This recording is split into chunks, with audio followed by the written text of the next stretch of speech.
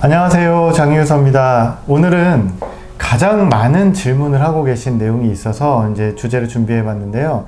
요양원 설립 시 들어가는 비용, 어느 정도 들어가는지 그런 부분에 대해서 오늘 좀 말씀을 드리려고 합니다. 요양원 설립을 할 때 가장 많은 비용을 들어가는 것이 어떤 부분일까요? 뭐 여러 가지를 좀 고려해 볼 수도 있겠지만 네네. 아무래도 그 요양원은 네. 자가이다 보니까 네. 건물이나 대지에 대한 비용이 가장 많이 좀 들어가는 부분이 있죠. 그렇죠. 요양원 문의를 하시면서 본인이 건물도 준비가 안 돼 있고 건물을 아직 건물에 대한 그런 내용을 모르시면서 전화하셔가지고 요양원을 하고 싶다 이런 얘기를 하시는데, 요양원을 설립하기 위해서는 반드시 자가이어야 합니다. 자가라는 뜻이 이제 자기 건물이라는 뜻입니다. 그래서 꼭 건물을 지어야 되는 건 아니잖아요. 상가에 훨씬 많죠. 이러시는 많이들 생각하시는 게 이런 부분이 있는데요. 내가 땅을 갖고 있는데 네. 여기다가 꼭 이렇게 건물을 지어서 해야 되냐, 네. 300평, 400평 이렇게 해야 되냐고 많이들 문의를 하시는데요. 그렇게 외진데다가 대지에다가 건물을 지어서 하시는 분들도 많이 있으시지만 그 생각보다 상가 건물에 그 요양원들이 굉장히 많이 밀집해 있어요. 그렇죠. 혹시 맞습니다. 길 가시다가 그런 간판이라든가 보신 적은 없으시나요?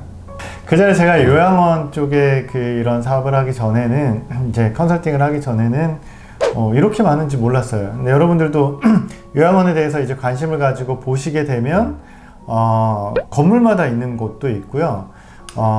보면은 이제 밀집된 곳에 굉장히 많은 요양원이 있습니다. 근데 이제 서울에는 좀 적은 편이에요. 건물가가 워낙 세고, 이제 서울에는 어르신 한 분당 규정이 있잖아요. 면적에 맞습니다. 대한.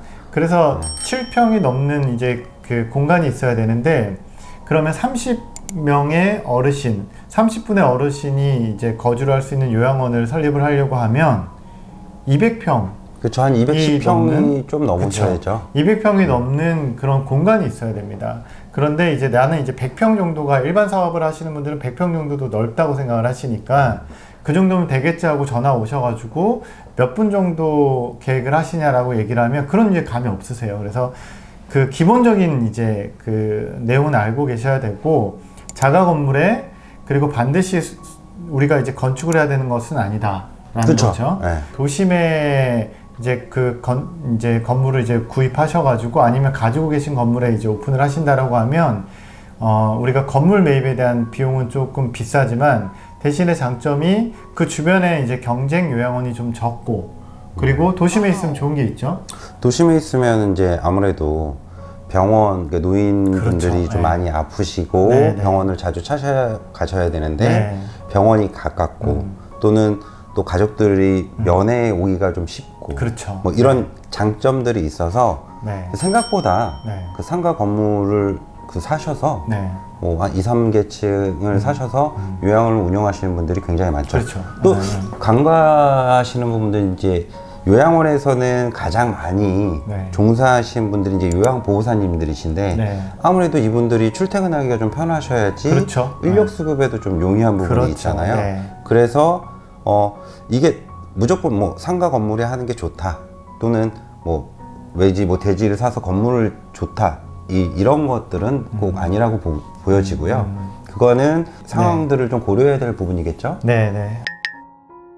그리고 이제 건물 부분이 어느 정도 해결이 됐다. 그리고 두 번째로 이제 많이 들어가는 부분이 인테리어라고 할 수 있는데요. 인테리어는 아무래도 요양시설에 대한 규정이 명확하게 나와 있지 않습니까? 맞죠. 그래서 환기라든지 환기시설, 소방시설, 그리고 통로의 면적이라든지 방마다 이제 규격이 다 있습니다. 거기에 맞춰서 해야 되고, 그리고 이제 재질에 대한 부분도 있고, 이제 이 벽에 대한 어떤 규정들이 있거든요.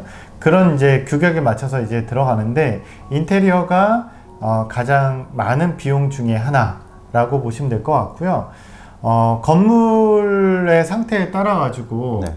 방마다 창문이 있어야 되잖아요. 맞습니다. 네네. 그래서 창문이 없는 경우에는 이제 창문도 이제 또 만드는 어떤 공사 과정이 들어가야 되고, 보통 이제 공사까지 하고 인허가까지 길게 한 3개월? 네, 3개월 정도 이제 진행된다고 보시면 될 것 같습니다.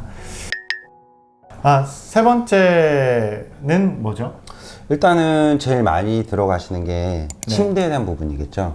네. 기물들. 네네. 그리고 이거는 춥거나 덥거나 아까 뭐 환기에 대한 부분하고 같이 좀 연관되는 부분이기도 하지만 이런 냉난방 시설에 대한 부분이 아무래도 그렇죠. 비용이 가장 많이 들어간다고 볼 수 있죠. 저희가 이제 처음에 이제 장유석 관련된 저희가 이제 요양원들이 계신데 처음에는 그 뭐 3호, 4호 이렇게 오픈해 보신 분들 보면 처음에는 굉장히 비싼 침대를 사기도 하죠. 맞죠. 170만 원, 뭐 200만 원 이게 아주 가격대가 고가의 천차만별이에요. 네. 요즘. 근데 이제 나중에 보면 뭐 우리가 가성비라고 하죠. 그 가격 대비 성능 그리고 꼭 필요한 기능이 있는 것들 봤더니 그것에 이제 한 3분의 1 정도 비용만 들어가도 괜찮은 침대들도 있고 하거든요.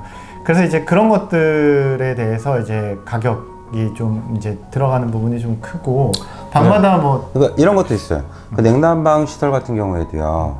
물론 본인의 돈으로 직접 하실 수도 있지만 보조를 받는 부분도 좀 있거든요. 그렇죠. 네. 그래서 그런 것들을 저희하고 상의하시면 좀 좋을 것 같고요. 그런 부분이 들어갈 때. 실은 이제 요양기관에 대한 이제 규정이 굉장히 두껍죠. 그래서 뭐 수백 페이지 되는 그 내용 중에 이제 보조금이라든지 뭐 이런 내용들이 있습니다. 그래서 그런 것들도 이제 전문 기관에 이제 의뢰하셔가지고 진행하다 보면 이제 돈 받으실 수 있는 내용이 될 것 같고요. 그렇죠. 이제 아무래도 사회복지법에 적용을 받다 보니까 그런 쪽에서 나오는 돈들이 좀 있다고 보시면 되겠죠. 인허가 비용도 무시하지 못할 것 같은데요. 그렇죠. 그래도 뭐 이 중에서는 그래도 가장 저렴한 비용이고 마지막에 이제 인허가 비용까지 이제 처리하고 나면은 이제 실질적으로 이제 운영에 대한 부분을 이제 고려해 보셔야 되겠죠. 거기에는 이제 설계 비용 이런 부분들도 들어갈 거고 좋은 건축사를 선정하셔서 경험 있는 건축사를 선정하시면 인허가까지 잘 마무리될 수 있는 것 같습니다. 저희가 이제 오늘 이제 설립 비용 들어가는 부분에 대해서 말씀을 잠깐 드렸는데요. 건물, 그리고 인테리어, 그리고 이제 기물들, 그리고 이제 인허가 비용 이렇게가 이제 크게 들어가는 것이고 보면 이제 내 땅에 지금 설립이 가능한지 이런 문의 자꾸 오시는데 그거는 기관에다가 좀 물어보시고 이제 땅 이런 거는 저희한테 안 물어보셨으면 좋겠고요. 그리고 뭐 사회복지사가 뭔지도 잘 모르고 이제 전화하시는 분들도 계신데 공부를 좀 하시고 저희들한테 문의를 주시면 저희가 이제 그 이후에 설립이나 뭐 이런 부분들은 이제 저희가 A부터 Z까지 도와드릴 수 있을 것 같습니다. 한 가지 더 말씀드리면 사회복지사가 아니어도 설립은 가능하시죠? 네, 가능하죠. 그리고 이제 사회복지사를 고용해서 센터장이라든지 이런 이제 그런 규정에 맞는 인원을 이제 채용을 하시면 됩니다. 요즘에는 뭐 의사분들도 많이들 이 복지 사업에 현재 많이 뛰어들고 계시고요. 네. 그리고 또 약간 특화된 방식으로도 많이들 운영하시죠. 네. 오늘은 비용에 대해서 좀 알아봤고요. 요양원 창업에 대해서 좀 관심이 있으시면 저희한테 연락하셔서 상담을 받아보실 수 있습니다. 네, 장유의사였습니다. 감사합니다. 네, 감사합니다.